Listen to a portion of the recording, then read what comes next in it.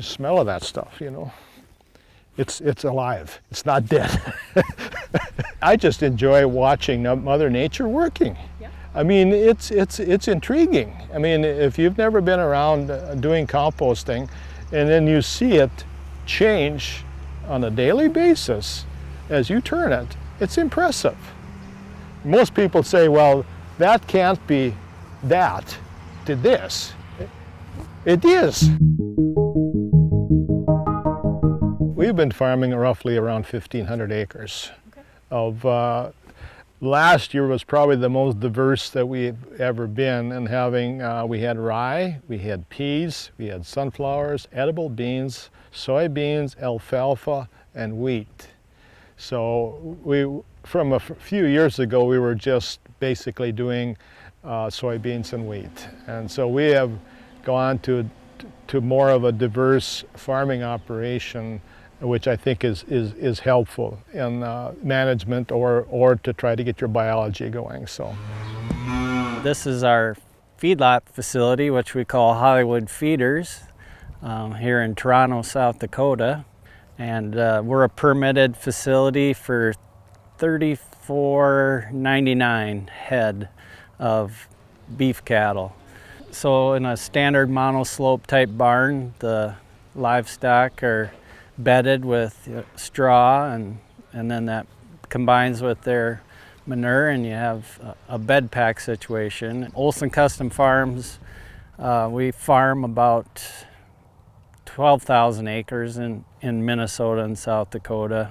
So Dual County, Lincoln County, Minnesota, and a little bit over in Hamlin County, South Dakota as well. Right now we're right around 2,200 acres. Soybeans, corn, sugar beets, and we do have wheat. We don't have any wheat this year. We'll chop some of the corn for silage, but we tend to feed a lot of the beet pulp from the factory. But it's nice, again, to fit in with spreading the manure. If we're chopping silage, we know we can spread some manure and compost, so that works out really well. So with the feedlot, we're allowed 999 through the state. We normally run about, there's probably 500 that we feed in there, almost all finishing. So the feedlot process is I'll go in about right around this time every year with the excavator and pile our piles where we put our bedding. I'll pile as high as it'll go. And then we have our sloped feedlot that goes into the lagoon, so all that leachate runs into the lagoon, the manure starts to dry out, and then after a while, normally it's mid-August, we'll start to haul that manure out. We try to do it in about 2.5 days. That's our goal anyway. So we'll hire a contractor to come in with one of those big trucks to haul, and then I just load them with the excavator, which works really well. Normally we have about per year, we have about probably 4,000 tons of manure, but like this year, it's a double year. We really had a wet year last year, so we're trying to figure out what we're gonna do there. We try to plan our acres based on the crop that we're gonna go into. I like to go into corn, but we have in the past done it where we'll spread on ground that's going into sugar beets. Because normally that's sometimes wheat ground, so we can get it, we know we're gonna get it spread. We can spread lime, we can spread manure. So we've done that the last couple years. Like I said before, not all of it gets turned to compost of the feedlot manure that we take out, but the stuff that we do, I'll either put close to the farm and run my windrows there, or in the past, I have gone on the edge of a field, dumped the manure, and then just turned it 4 or 5 times, and then it's right there. We're able to spread it on the ground. So as far as spreading, we've done a little bit of both. We've had custom guys come in and spread our compost and our manure, but the last few years we've bought our own vertical spreader, and so we've been able to spread with that and then have another neighbor that brings his over. So, but we've got a lot of material now, so I think we'll probably end up doing something just to get rid of it all. We should be able to spread, probably 500 of those acres, I would imagine, this year is kind of my goal. That's how much we have, a lot of material. Normally I'd only like to put on about 5 ton, but with the material we have, it might be closer to 10, maybe 15. I'll end up doing trials with that too, just to see the difference. But with the compost, I'd like to spread a little, being that I have enough of the product, I would really like to see what more, a higher amount does to kind of maybe offset some of that fertilizer side of it. That's one thing I really want to learn though too is, can I move forward using a lot less fertilizer? Because it's hard to move away, as I said before, from the NPK mindset. But I know, especially the P and the K, I know I can replace that with the compost through time. I live here on 5 acres in eastern Wright County with my family, who is now just 2 of us, because all the kids are gone now. But we still have 4 horses. We've got the 2 you can see in the background, the 2 big boys, and we got 2 little boys out and back. Clean stalls every evening before everybody comes in from being out here on the pasture or out in the dry lot. Manure goes in a wheelbarrow. Wheelbarrow comes out here and we just dump it here in front of the pile. And maybe once a week or so, kind of depends on how much manure we've had, I'll take the tractor and we'll load it back up onto the pile and stir the pile at the same time. Well, the reason I started first of all is I'm concerned about, first of all, organic matter, and second, more so, infiltration. I think we have a real problem with infiltration. And how do you remedy that? And I still don't have an answer for that. The other thing is that we've been losing organic matter in our soil. And we put in most people feel we put all this residue into the ground, it's got to go into organic matter, but most of it goes up into the air. I went to Acres conference and there was a guy there that he showed the extract and he showed it up on the screen and you see all those critters moving around. And it says, those are live in our soil and I think we need to get them back in there again. The fertility's here. This is one of our business entities of the farm, but it was very underutilized and it just was begging for the opportunity because it's the best fertility we could have for the farm, but how are we going to get it out onto the acres? When I joined the farm as the agronomist, I quickly identified in fall of 2016 that we could do a better job with this fertility and make it kind of the hub of our fertility program. But the only way we were going to be able to do that was to get it in a transportable package, so to speak, and that's where you fall back on the idea of composting. Diversification is important. Utilizing the acres that you have, soil health, all those buzzwords, compost is at the peak of that. Yeah, it's been 15 years since I've started to do this, and every year is a new experience, but I really enjoy doing it and I enjoy talking about it, and I just think I like to use the term it's the right thing to do, and it's also, I think it's the way things are going. I think it's we're taking that management, that stewardship to the next level, and we're taking a waste product that people don't want to look at. They think it smells, they think it looks bad, and we're turning it into something that you could give your kids and they could eat it and it wouldn't harm them. That's an amazing thing to me. So for me personally, I think the combination is really a really good way to go. And I think from a sector side, from an agriculture sector side, we're going to have to start moving away from the synthetic fertilizers, from relying on that. And if we're about building our soil health, it's putting that organic matter back on the soil. Every spring I spread it out on the pasture, give the grass some nutrition, and we use it for garden mulch. It reduces the volume of the manure probably by 1/3. It's a very inexpensive thing to do. You do have to have equipment to keep the compost pile turned over.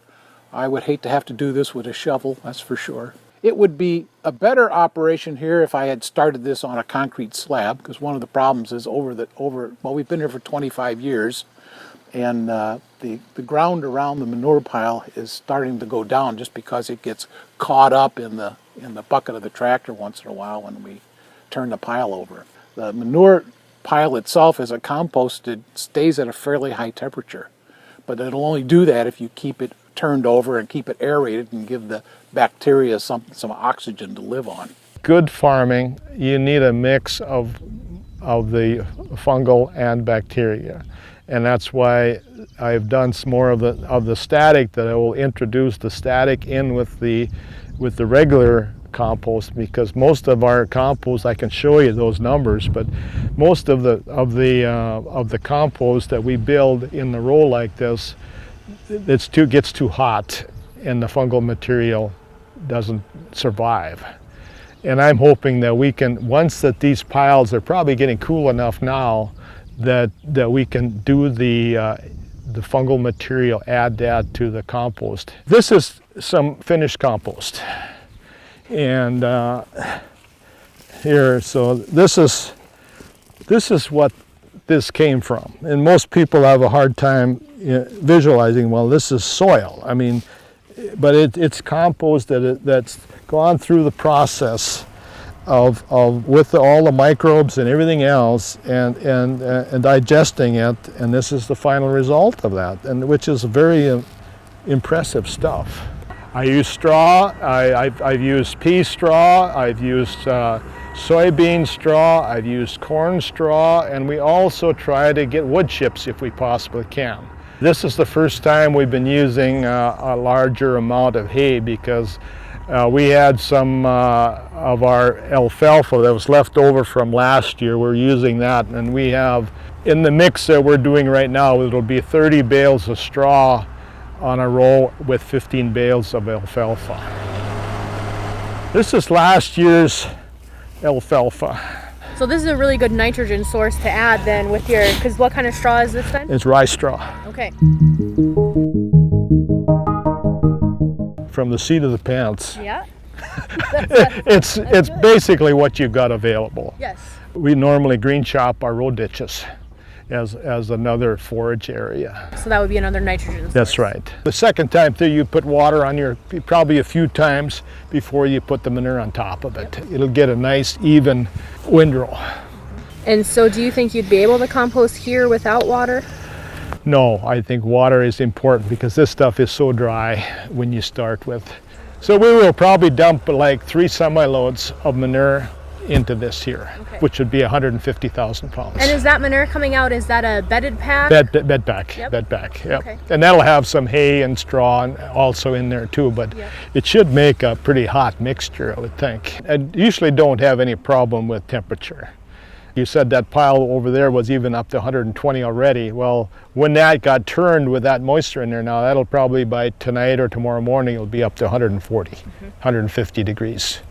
And that's where your biology starts working on there, and breaking down everything in there, so that'll be a good material for the soil. When your compost gets down to ambient temperature, you can use it. Or another method is, I think if you put it into a Ziploc bag, and if it doesn't smell ammonia, you're okay to spread it. You notice that this is an ideal place. Yes. You've got a slope on it. So anybody that you can't have it in a slough hole. I mean, you've got to be able to access do your turning, even though you've had rain.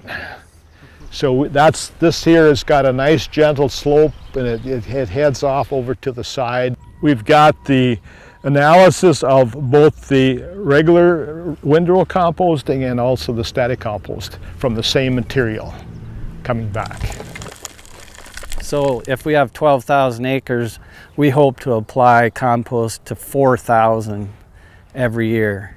So every field will see compost hopefully once in every 3 years. Some people work under their state regulations, others work under an EPA permit. But with this facility, it's easier to work under the state regulations versus an EPA permit. This particular county, you had to get a special use permit, and of course the neighbor's concern was, oh, you're gonna have more flies, more smell, because now you've brought it out on one particular site and not land applied it. But with the inoculants and the composting process, within 1 or 2 turns, it's not manure anymore, it's compost, and it's basically odor free. And then we'll have 2 pads where all the windrows are contained, so we can hold 36 windrows that are 14 feet by 160 feet long. And they're 160 feet because that's the length of our felt covers that we'll have over the windrows. The felt covers are for moisture management, because in the composting process, the microbes want to stay at a consistent temperature and moisture. And so excess moisture messes up that process, and the windrows getting too dry would also shut that process down. So if we have them all covered, we control the moisture with the compost turner and the water cart that follows. We control, and rain, snow, whatever doesn't interfere with that. Or like this summer, we have a lot of hot, windy days. You would have to be adding water to your windrows like constantly. The longer you have a run, the harder it is to get water away from the windrows, even on a design pad.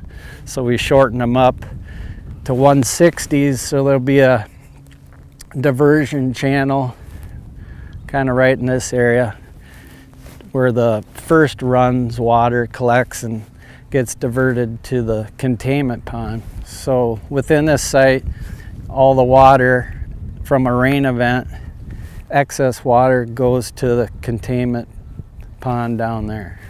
We didn't have a lot of slope to work with here, so we have to kind of create the necessary slope, because most compost sites, you have to be able to work in all the time, and so it can't be a place where water accumulates.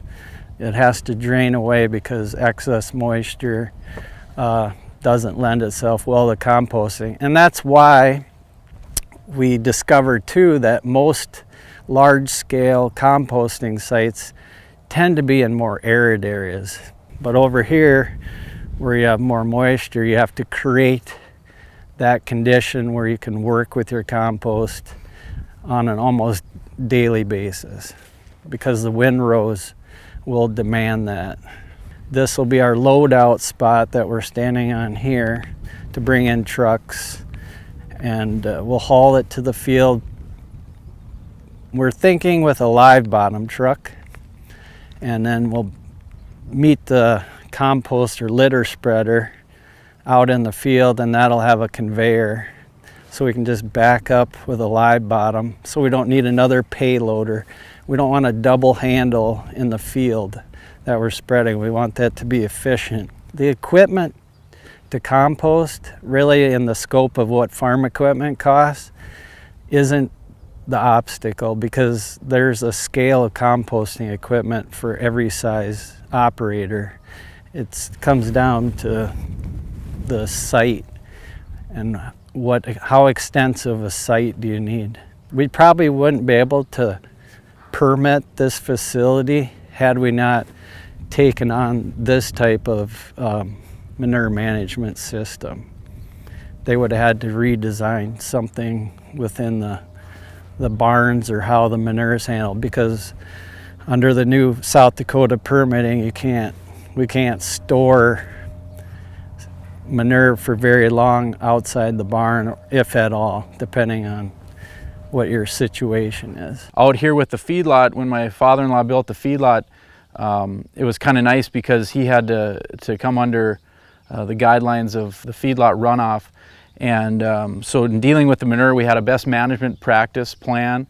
And then with the composting, it fit really well into that. And we were able to utilize a lot more of that product on a wider acre basis. As you can see out here, the beets have been the biggest challenge. Most of the time you're dealing with either a carbon source or a nitrogen source. And what I've found is it almost goes from a carbon to a nitrogen back and forth, depending on how the beets feel. I mean, they start off really spongy, but then as they dry out, they get really hard, basically like a carbon source. And so finding that happy medium of what to do with the beets has been a, I won't say tough, because it really isn't tough. It's just, it's interesting, and it's, I like the interesting side of compost too. So what I've found with this, and again, that's one of the main reasons I bought my turner, is you know, if a guy could start off with a smaller particle size, you would be way better off. With my machine, after 2 times, it really breaks that stuff down. The ingredient part is the main thing. I have found with our manure, we use straw throughout the year. So we tend to have a pretty good mixture based on just the straw that we put in with the manure in the feedlot. I don't have to add a lot. With the beets, like I say, the moisture level can vary so much that it's more of kind of a feel and a look for me. So I don't really have a recipe at this point. Again, you know, there's a few things I try to do to start that process a little quicker, but you know, over time it starts to heat up even without turning it, and then getting that particle size down is kind of the main thing. So talking about mistakes, and I made a lot of mistakes, is the carbon side of it. I've really come to find out, and my dad has too, that you know, the manure is good, but you can have too much of it. Yep. You know what I mean? And if you're going for a good product, you don't need a whole lot of manure. I consider the manure to be kind of a magic elixir, but you can get in trouble with it heating up too much as far as when you apply it, especially repeat customers, because they think a little is good, a lot must be better. So I've really tried to go away from just doing straight manure piles out of the feedlot. We still do it, but if I'm going for a good product, I'll basically start with my carbon source and then add the manure. Here it's almost trying to keep the moisture out of it. I deal more with puddling, which creates a challenge even with the equipment. You know, sometimes a 2-wheel drive tractor is not enough to even pull sometimes, which is kind of frustrating. But the heavier ground out here poses a challenge, but I've been able to get around that. Now that's where Hankinson comes into play. I've got some compost ground down by Hankinson, North Dakota, where it's basically blow sand, and it can be raining and I can be turning. So I love making compost down there, and it makes a really good product too. Well, here it was just the closeness to the feedlot. I didn't want to have to haul it very far, and we had a spot that was close enough that had a good enough drainage site that worked. And I try to move my piles around so I'm not putting it on the same spot, but I also don't want to take up a lot of ground. But I've also done where we'll pile manure on the end of a field, I'll turn it, and then we spread it right away, which really works nice, and that's a year process. The trucking cost is always something that I really take into account because it can get expensive, but it's no different than you know, if you're having to haul manure. I try to take into account that, and with the compost you're hauling a lot less material too. The marketing side of it, of course, I want to get to the point where I can market almost all of it. I'd love to get to the point where I have a really good product. I can find growers, especially organic guys, that they would really appreciate a good product that they could use.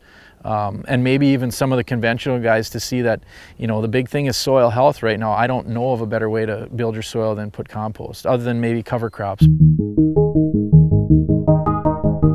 My dad had this exact machine. He bought his brand new about 15 years ago. I was able to find this one used, and I knew I wanted to find the same machine if I could do that, just because I knew it's simple, and to be honest, it makes a really good product.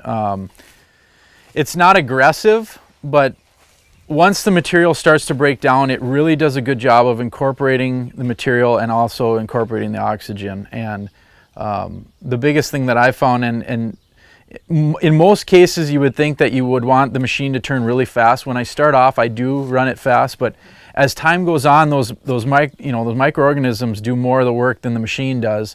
And basically what I do with this machine is I'm basically just fluffing that material and just trying to you know, if it's reaching that temperature that I want to turn it at, that's kind of my basis for when I turn. But I'm not looking at being aggressive once it starts to break down, and those piles get small by the end of the process. So one of the downfalls of this machine is it doesn't quite fit a dump truck when you're dumping your material, so you're constantly in your loader sizing up your windrows, and that's the only downfall that I have with this machine. So now this machine right here I think this cost me about $15,000, which I felt was a pretty good price.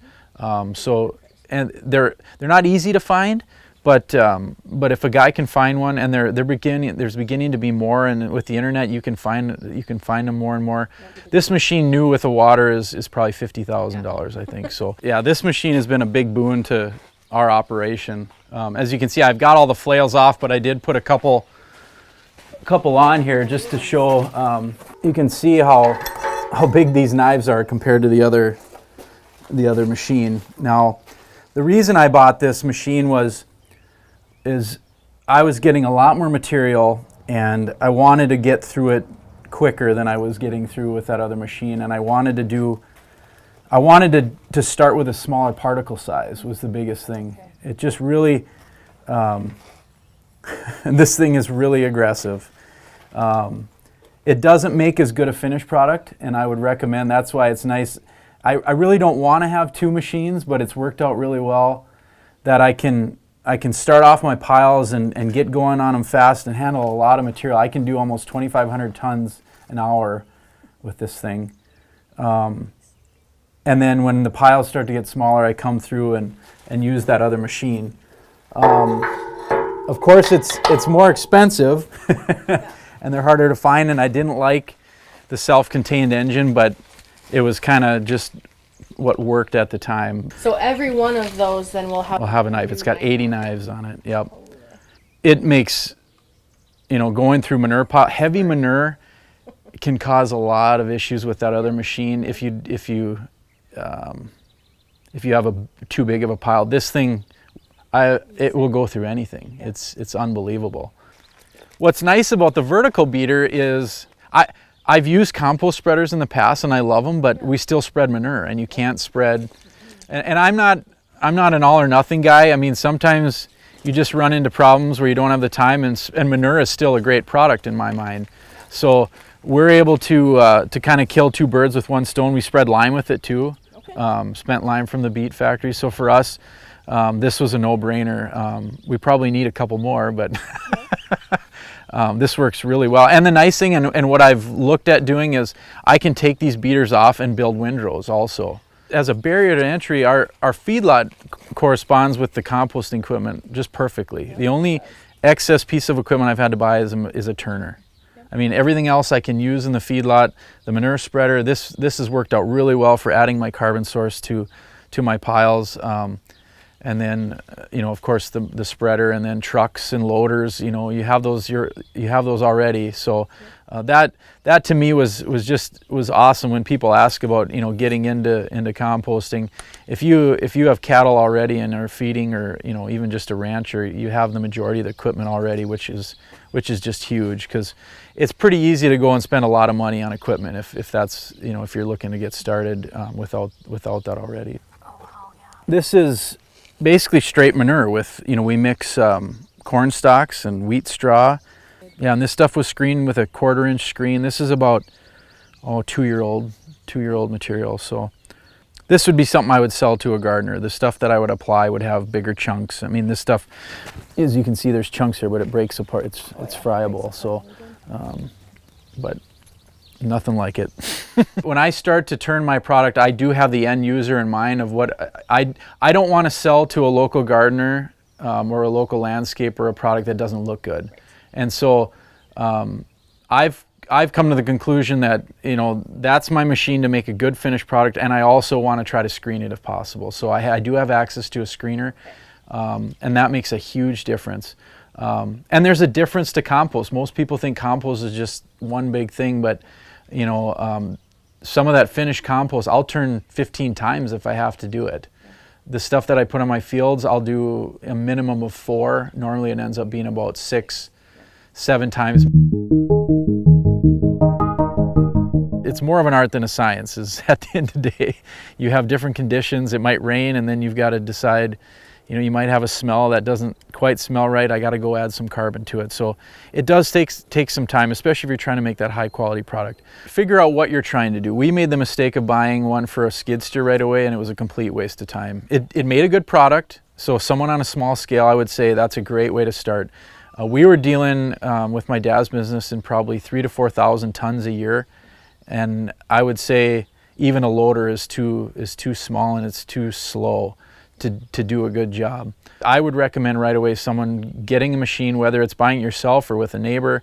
You're not turning all year, so it's probably a machine that you can trade with, and trade time and labor with. But I would recommend getting a machine. Now, Size-wise, this is a good way to start, but like I said, if you're wanting to be the most efficient, a wider machine would probably be the best way to go. The other mistake I think a lot of guys starting out might make is thinking they can get away with just a normal transmission tractor.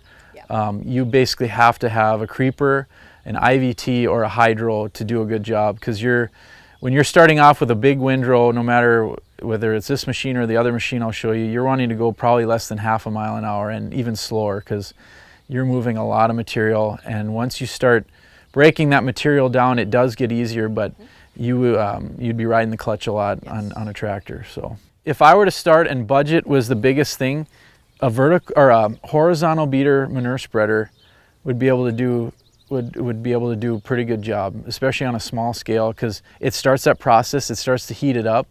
And then if you have a loader, you can come and turn it later, and you've got a decent product, especially if you're just putting it on farm ground. I'm never concerned about what other people think, and if I was, I wouldn't be doing what I'm doing.